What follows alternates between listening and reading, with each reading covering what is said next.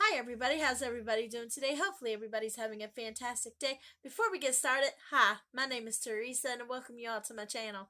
If you're new here, you like unboxings, you like getting ready with me with some scary ghost stories, even do walking in history. I do Monday Mass Ladies collab, I do animal and nature clips, sometimes I do giveaways on this channel, and guys, I do more.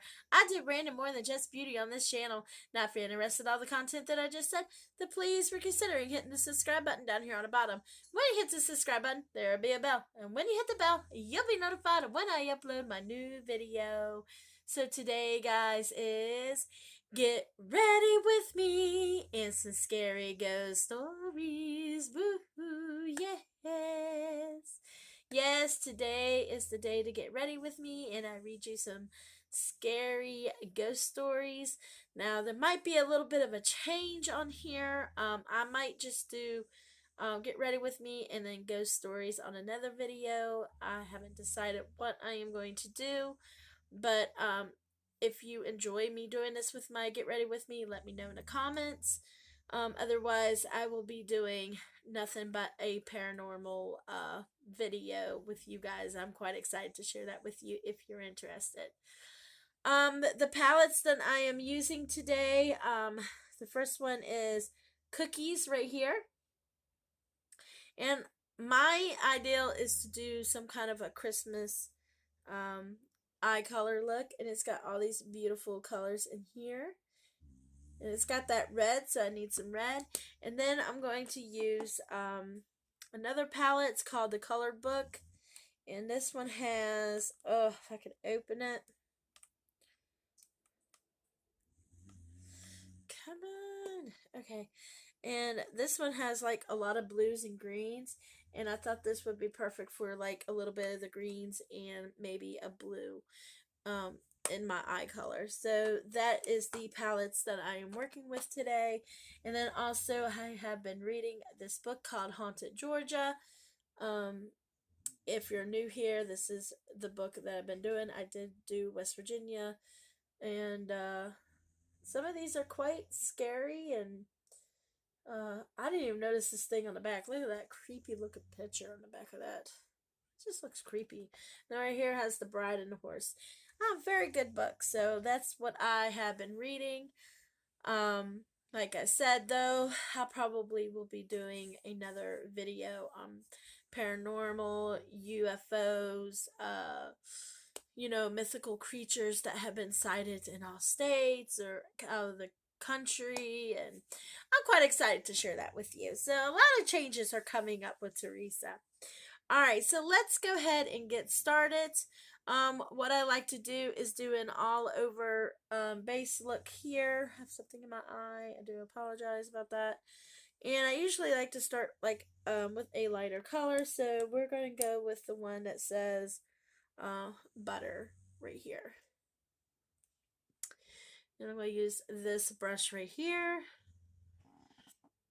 Now, I might have to move you in just a little bit closer here. Hi. Just a little bit closer so you can see what I'm doing. So I'm just going to put that all over my lid like that.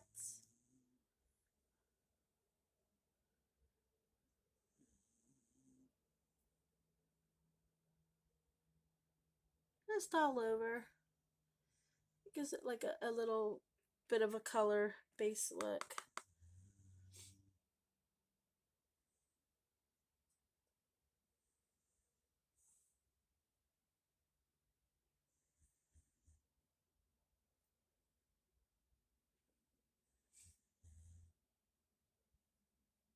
And like that.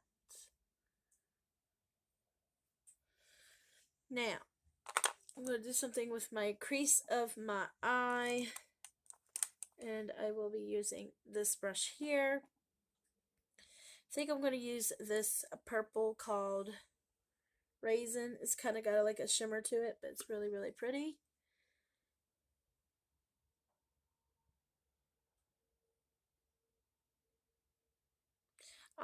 I might just use the green out of here because these look like Christmas colors to me. So I'm just gonna, you can see that. Just put that right there.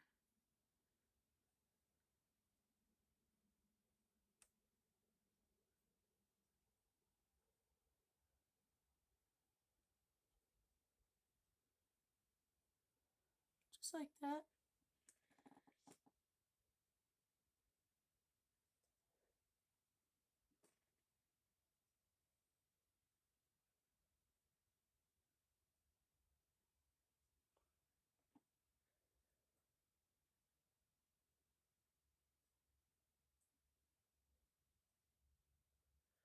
It's a really, really pretty purple.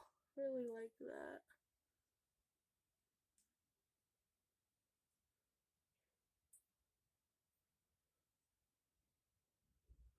Just like that. I'll do touch ups and everything with it. So let's go ahead and read a story and then we'll do a little bit more with the eyes. Alright. So the story that we left off on is called The Show Still Goes in I'm sorry, The Show Still Goes On in the Springer Opera House. It says no one living in Columbus in the 1850s could have imagined that an immigrant grocer from Alsace who had just arrived in the United States would go on to build on the most spectacular opera houses in the entire Southeast. Aside from his business acumen, which would make him a fortune, Francis Joseph Springer brought with him from the Northern Europe his love of the arts. Springer even demolished his grocery store so that his opera houses could be built on one of the busiest corners in the city. The Springer Opera House opened on February 21st, 1871, with a concert presented by members of the Trinity Episcopal Church.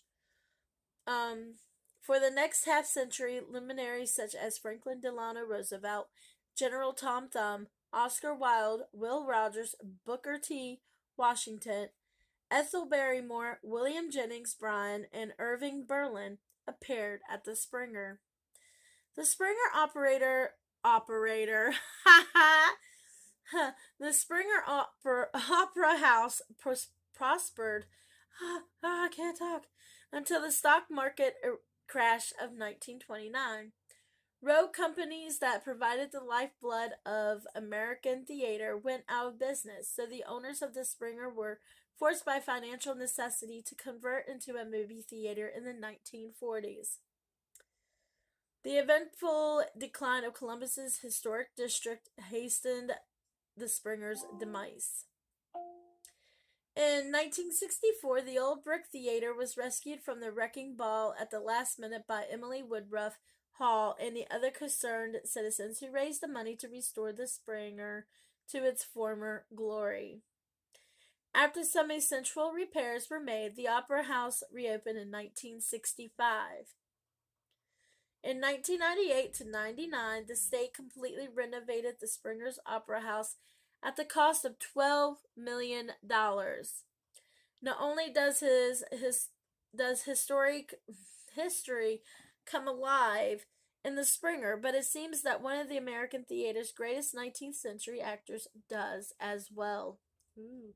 The Springer Opera House. I don't know why I keep wanting to call it operator. Oprah. Wow.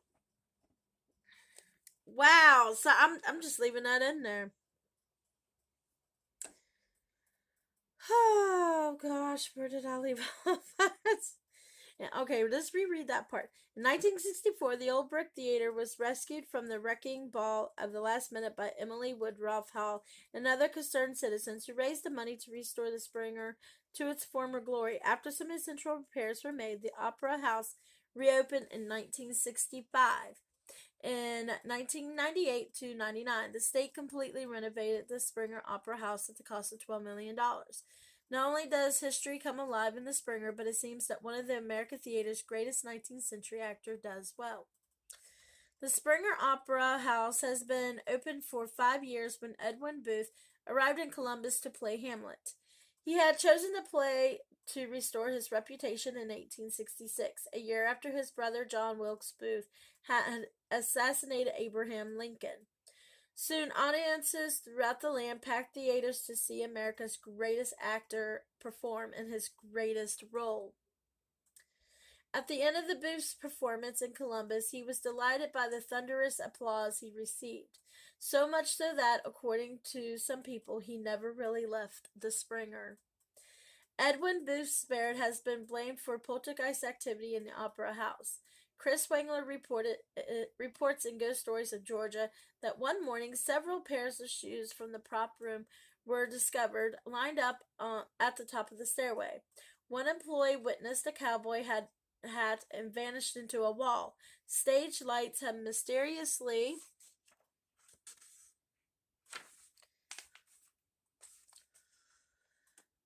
blinked on and off. Workers have often heard strange, soothing music filling the theater and recall Edwin's habits of playing music to calm down his father. Junius Brutus Booth, during his bouts of madness, the most widely circulated ghost story concerns a theater official who was checking on some costumes one evening in the early 1970s. She was dismayed and discovered that the key to the heavy metal door sealing off the costume wig was not in the desk in the office, where it was supposed to be. She walked upstairs to see if anyone had left the key in the lock, but it was nowhere to be found. When she returned to the office, she found the key lying on the desk. Exasperated, she trudged up the stairs once more to the costume wing. To her surprise, she discovered that the padlock was unlocked, the hasp gently swaying back and forth. Ooh. In 2004, a paranormal group from Loganville called the Foundation of Paranormal Research conducted a 24-hour investigation at the Spring Opera House. They were accompanied by a camera crew from local television station WTVM. Afterward, Rick Heflin, the director of the group, revealed their findings. We got orbs, ghostly ball of light. We got EVPs, electronic voice phenomena. We got picture of a seat that was glowing like it was on fire, like hundreds of people who viewed the television footage of the investigation. Heflin is convinced that some of the disembodied spirits, perhaps the ghost of Edwin Booth, is still making its presence known at the Springer Opera House. Ooh, that one's creepy. Ooh, we got the next story is called The Haunted Hay House. But let's go ahead and finish up my eyes. Maybe I'll read that before I get off camera and put the rest of my makeup on. Okay, so we're gonna do the eyelid part, and I'm not using that one. I'm using the flat brush, and I'm going to go in with this pretty velvet red. Now, red it doesn't really show up; it shows more like a pink. So I'm hoping that it does well. So I'm just gonna put that on here like that, and I'm just gonna do the outer corner of my eye with that red, and I'm sure it'll blend in with that purple there.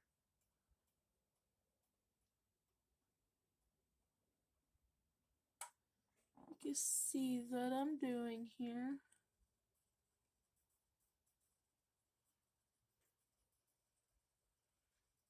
It's a really, really pretty color. I don't know, it might be kind of pink on here, but it looks red to me in my mirror.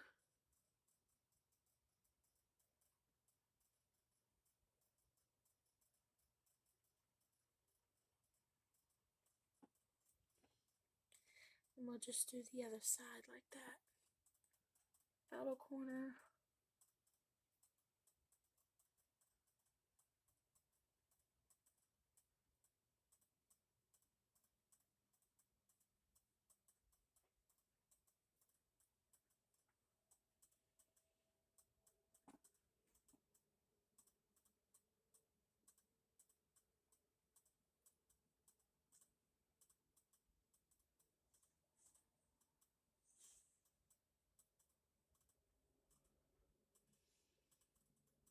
Just like that. And then I have my little thing down here that I just wipe on off the brush with. Do it on my hand too. Now we're going to go in with this green right here. really dark green here. And we'll go into the inner corner like this.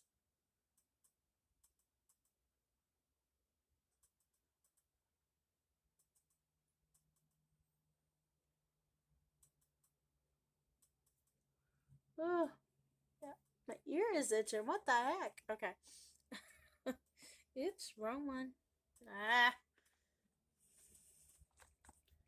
we all make mistakes.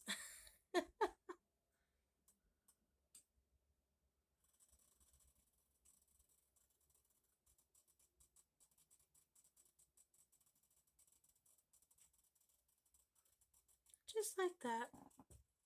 Like I said, I'll touch it up when I get off camera.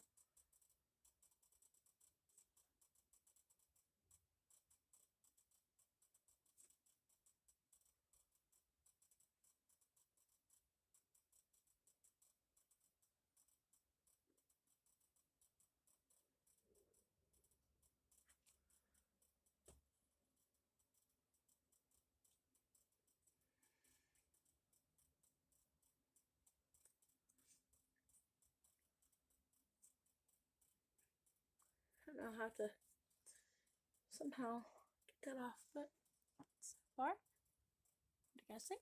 It's pretty. This could be a hot mess, guys. I'm gonna take some of this red and try to go under my eye with it. We'll start.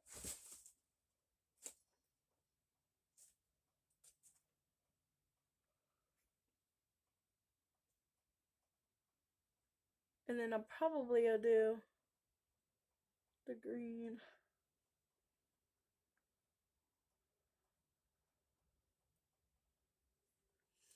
Right on top of that.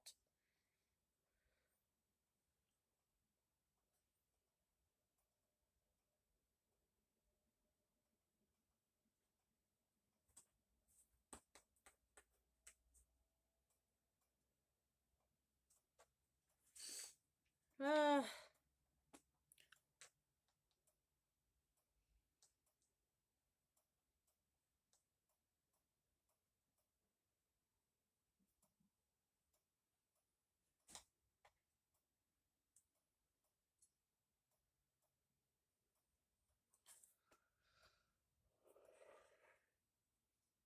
just like that. I'll touch it up.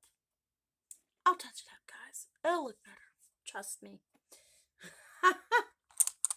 And then I like to get the same brush right here. I'm gonna go with a little bit darker color up here. Maybe.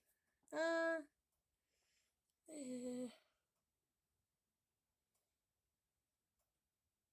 maybe I'll just do like a highlight with this icing right here.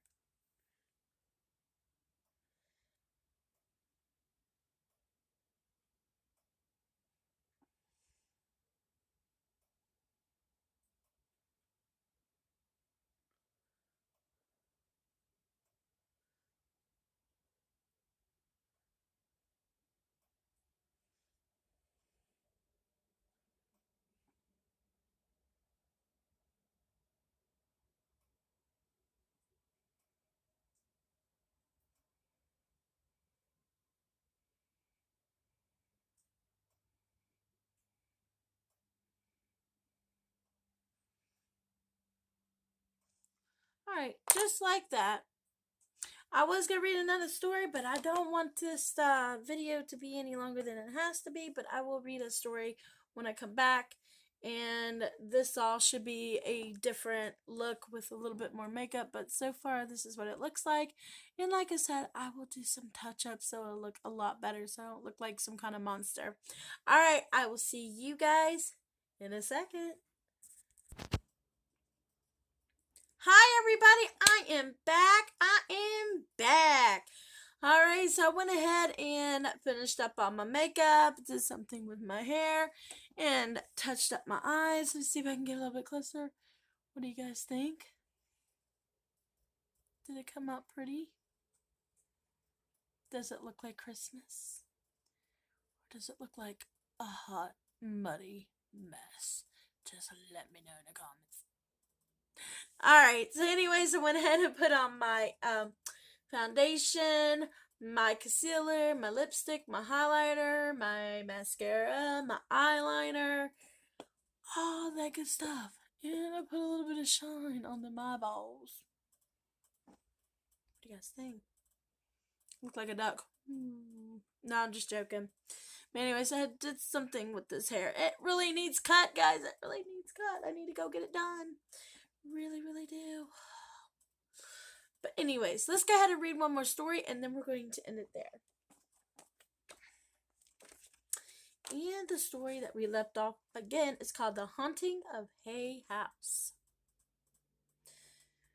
When wealthy investor William Butler Johnston set about building his home in 1855, he was very much aware that one of the benefits of being a millionaire was the freedom to live any way he wished. Johnson opted for the Italian Renaissance Revival style, which is characterized by curves and arches instead of the straight lines of the Greek Revival style favored by many rich Southerners at that time. He furnished his 18,000 square foot, 24-room mansion with a state-of-the-art amenities. Central heat are in the house kitchen, a speaker system, hot and cold running water, and an elaborate ventilation system. Johnston and his wife, the former Anne Clark Tracy, filled their home with sculptures, paintings, and porcelains that they had purchased on their extended honeymoon in Europe in 1851. After construction was completed in 1859, Johnston's mansion became known as the Palace of the South. The couple even set aside an entire room for their most important piece in 1857, marble statue called Ruth Gleaning, by American expatriate sculptor Randolph Rogers. But even a home as magnificent as the Johnsons could not insulate William and Anne from tragedy. Their first 4 children died very young, until her 5th child, Caroline, was born July 1862. Anne was too grief-stricken so to leave her bed most of the time during the Civil War. General Sherman bypassed Macon, but 3 weeks after the war ended, General James H. Wilson fired his cannons at the cupola of the Johnstons' mansion, leaving 2 huge craters. I cannot see. I should put my glasses on, but I'm not. That were not filled until the early 1990s. The house remained in the Johnston's family until the 6th child, Mary Ellen, and her husband, William H. Felton, took over the residence in 1896 and 1926.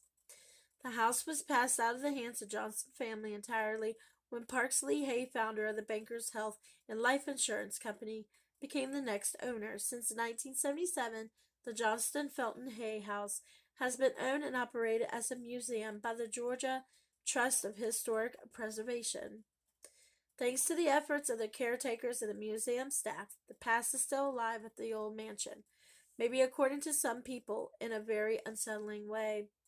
Most of the paranormal activity that has been witnessed inside the Hay House has occurred after 1980, when the old mansion was extensively renovated. Many workmen and staff members who reported seeing the ghosts of 2 females, 2 men, and a small child during this period have accepted the theory that when structural changes are made in an old building, dormant ghosts wake up and become active.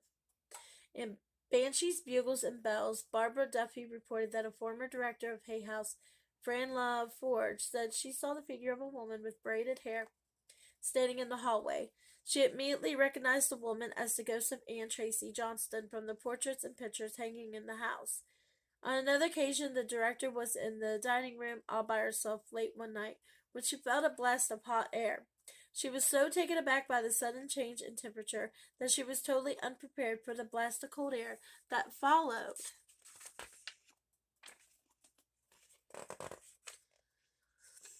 She did not really believe in ghosts, however, until the unexplained footsteps she heard climbing the stairs to the 2nd floor set off the security alarm.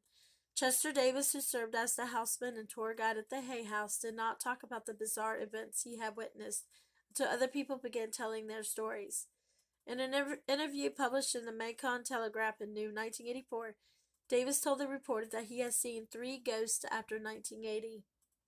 One day he was polishing the silver doorknobs when he saw a gentleman about 55 years of age standing in the dining room. The man was wearing blue pants and a white shirt. Davis' description matched that of Judge William H. Felton, William Johnston's son-in-law. Davis's second sight occurred at noon one day when a lady in her 60s wearing a white checked dress and straw hat suddenly appeared at the front door. As she began to reach for the doorbell, she vanished. The next day, as Davis was polishing the hinges on the front door, he saw a woman around 30 years old in a purple dress standing on the front lawn by the driveway. When he took a second glance at her, she disappeared. Staff members believe her to be the spirit of Louisa McGill Gibson, the wife of William Felton Jr. The staff has changed since Lafarge and Davis had their experiences in the Hay House, but many residents in the Macon believe that their ghosts are still there. Woo, that's creepy! Creepy. I like creepy stories. Alright, so we're leaving off for next week.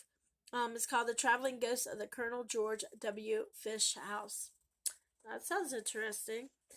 So you only get 2 stories this time because I do not want to make this video any longer than it is. I do apologize about this. I have to touch my phone. Somebody was calling me and I don't want to talk to them. Sorry. Anyways, I'm going to go ahead and end it here. I hope everybody had fun and watched me put on makeup and act like a fool of myself and enjoyed the little ghost stories. And again, I look there. Hope it came out good. I think it did. I don't think it turned out that bad. Alright guys, I'm going to go ahead and end it here. And I hope everybody stays blessed. And I hope everybody stays safe no matter where you are. No matter where you're at, please stay safe. And I'll be seeing you all in my next video. Thank you for stopping by and you have a great day. Thank you. Bye.